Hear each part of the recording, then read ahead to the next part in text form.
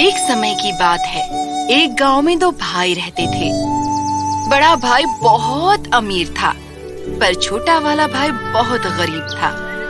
एक भाई सभी त्योहारों पर बहुत जोर शोर से खर्च करता, जबकि दूसरे के पास कुछ नहीं था। उसके पास खाने को पर्याप्त खाना भी नहीं था, ना ही पहनने को कपड़े। छोटे भाई का परिवार अक्सर भूखा रह जाता, क्योंकि उनके पास कोई पैसा ही नहीं था। एक दिन उसने फैसला किया कि वो अपने भाई से मदद मांगेगा। भाई, मेरे बच्चे बहुत भूखे हैं, कृपया मुझे थोड़ा सा पैसा उधार दे दो। मैं उनके लिए कुछ खाना खरीदना चाहता हूँ।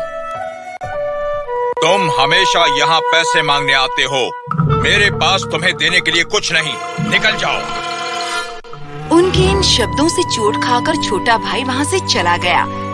पर जाते वक्त रास्ते में उसे एक बूढ़ा आदमी मिला। वो एक लकड़ियों का गट्ठर उठाए हुए था। ओह, रुक जाइए, ये अवश्य ही बहुत भारी होगा। मुझे आपकी मदद करने दीजिए।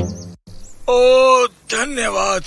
क्या हुआ बच्चे, तुम इतने चिंतित क्यों लग रहे हो? मुझे पता नहीं मैं क्या करूं।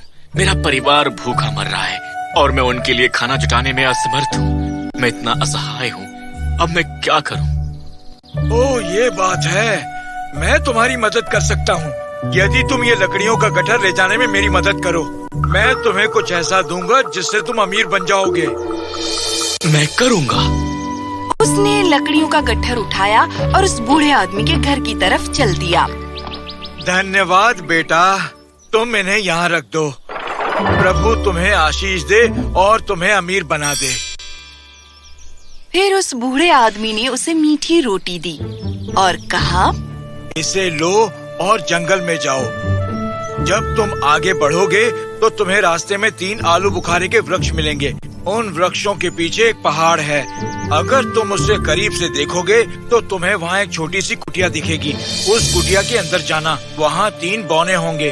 उन्हें मीठी रोटी बहुत पसंद है। वो अवश्य ही तुमसे इसे खरीदना चाहेंगे। उन्हें ये दे देना और बदले में उनसे पैसे मत लेना। उसके बजाय उनसे पत्थर से बनी चक्की मांगना। बूढ़े आदमी के निर्देशों का पालन करते हुए वो जंगल में गया। बहुत से वृक्षों से गुजरने के बाद वो एक वृक्ष के पास आया। जब उसने करीब से देखा, उसने ये महसूस किया कि वहाँ एक कतार में 3 आलू बुखारे के पेड़ थे। जब वो वृक्षों की ओर बढ़ा, उसने देखा कि ठीक उसके पीछे एक छोटी सी कुटिया थी। जैसे ही वो कुटिया में गया, वो बौने उस पर चिल्लाने लगे। कौन हो तुम और तुम अंदर कैसे आए? मैं आया हूँ। ये अवश्य ही चोर होगा। बताओ, क्या चुराने आए हो? क्या? नहीं, मैं चोर नहीं हूँ। मैं तो बस। तभी बौनों ने उसके हाथ में वो मीठी रोटी देखी। तुरंत ही सब गुस्सा चला गया। उनमें से एक ने कहा, हमें ये मीठी रोटी चाहिए ही, तुम बदले में कुछ भी ले सकते हो। ठीक है, मैं तुम्हें ये दे दूंगा, लेकिन इसके बदले में तुम्हें मुझे पत्थर से बनी हुई चक्की देनी होगी। हम सहमत हैं, पर ये याद रखना, ये कोई आम चक्की नहीं है। जब तुम इस चक्की से पीसोगे तो ये तुम्हारी हर इच्छा पूरी करेगी जो तुम मांगोगे। और एक बार जब ये हो जाए तो लाल कपड़े से ढांप देना। इस तरह ये चक्की रुक जाएगी। उसने बौनों से चक्की ली और घर आया। जैसे ही वो वहाँ पहुँचा, उसने देखा कि उसके बच्चे और पत्नी जमीन पर पड़े हैं और भूखे हैं। उसने तुरंत ही अपनी पत्नी से कहा कि जमीन पर एक कपड़ा बिछा दे। उसने फिर वो चक्की कपड़े पर रखी और वो पीसने लगा। चक्की, ओ चक्की, मुझे डाल दो चक्की। ओ चक्की, मुझे डाल दो चक्की। वो चक्की करी उत्पन्न करने लगी। फिर उसने चक्की को लाल कपड़े से ढांप दिया और तुरंत ही चक्की ने करी करना बंद कर दिया। उसने कपड़ा हटाया और वो फिर से पीसने लगा। चक्की, ओ चक्की, मुझे चावल दो चक्की। ओ चक्की, मुझे चावल दो। जरा से समय में ही चक्की ने चावल का ढेर उत्पन्न कर दिया। सबने जी भर कर खाया। हर दिन छोटा भाई उस चक्की से बहुत सी चीजें उत्पन्न करने को कहता। आटा, दालें, बाजरा और भी काफी कुछ। वो फिर उठाकर बाजार ले जाता बेचने को। इस तरह उसने बहुत सा पैसा कमाया। जल्दी ही वो बहुत अमीर हो गया। उसने अपने और अपने परिवार के लिए बहुत बड़ा घर बनाया। हर एक के पास अब पहनने के लिए नए कपड़े थे। सब खुश थे सिवाय उस भाई के जो अब बहुत ईर्ष्या कर रहा था। ये कैसे हो सकता है?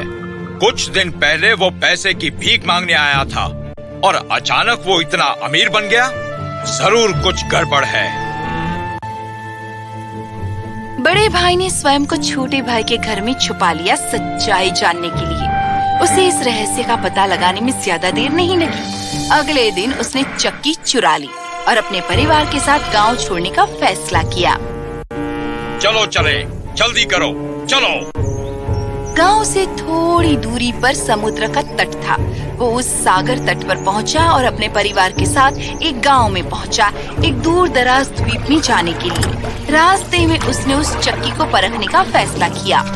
हे चक्की, ओ चक्की, मुझे नमक दो चक्की, ओ चक्की, मुझे नमक दो। वो चक्की तुरंत ही नमक बनाने लगी। अब बड़े भाई को ये पता नहीं था कि इस चक्की को रोकना कैसे है। चक्की नमक बनाती रही। ये भार इतना हो गया कि वो नाव डूब गई, सबको लेकर। यदि उसने अपने भाई से ईर्ष्या ना की होती तो बड़ा भाई और उसका परिवार हंसी खुशी रह सकते थे। इसीलिए हमें दूसरों से ईर्ष्या नहीं करनी चाहिए और हमारे पास जो है उसमें खुश रहना चाहिए।